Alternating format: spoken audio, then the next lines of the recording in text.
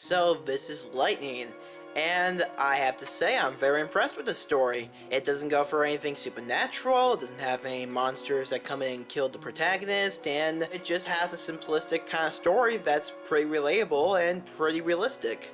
So, long story short, there's a pedophile around and he's taking pictures.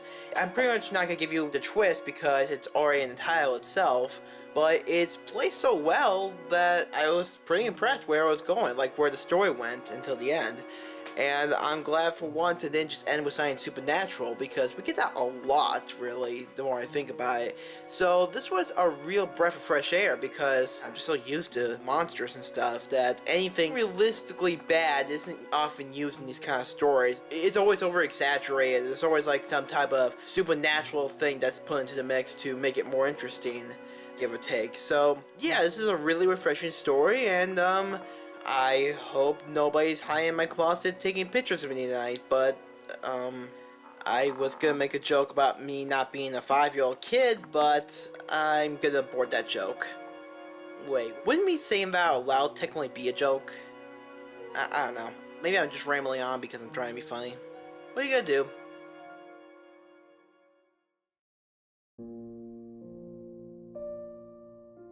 We have just moved to a little ranch house in the suburbs. Storybook neighborhood. Quiet, friendly neighbors, picket fences, the whole 9 yards. Suffice it to say, this was supposed to be a new start for me, a recently single dad, and my 3-year-old son.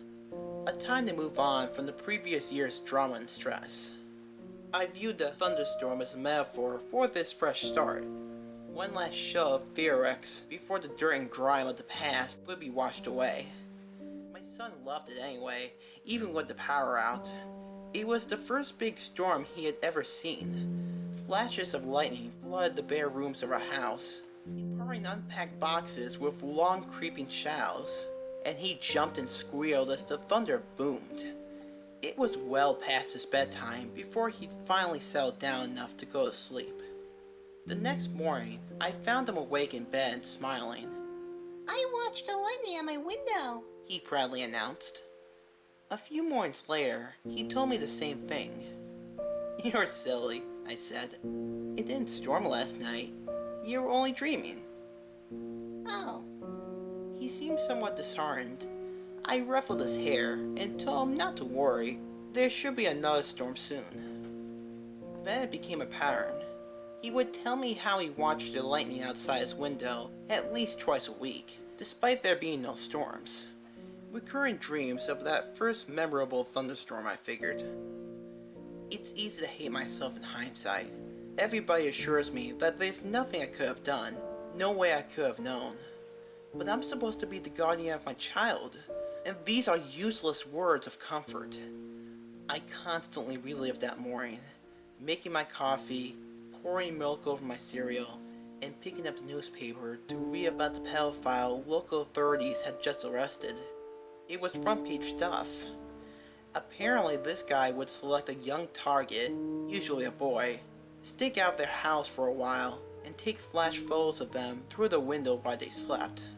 Sometimes he did more. My stomach sank as the connection was made. At the time, it was merely something from a child's imagination.